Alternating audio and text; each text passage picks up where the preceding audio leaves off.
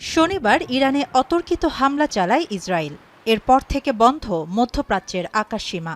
ফলে মধ্যপ্রাচ্যের পাশাপাশি ইউরোপ, এশিয়া প্রশান্ত মহাসাগরীয় অঞ্চল, এমনকি সুদূর যুক্তরাষ্ট্রেও গণহারে ফ্লাইট বাতিল হচ্ছে।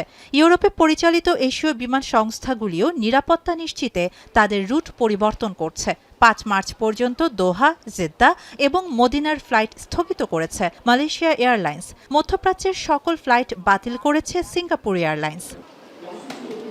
আগামীর অগ্রগতির ভিত্তি আনোয়ার ইস্পাত, স্ট্রংগেস্ট স্টিল সিন্স 1978।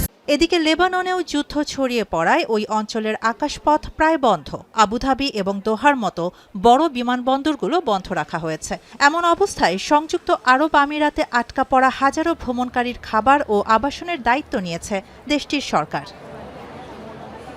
একদিকে মধ্যপ্রাচ্যের আকাশপথ বন্ধ হওয়ার কারণে বিমান চলাচলের জায়গা কমে গেছে, অন্যদিকে পাকিস্তান ও আফগানিস্তানের মধ্যে যুদ্ধের কারণে ঝুঁকি আরও বাড়ছে, যা এয়ারলাইন্সগুলোর প্রধান দুশ্চিন্তা হয়ে দাঁড়িয়েছে।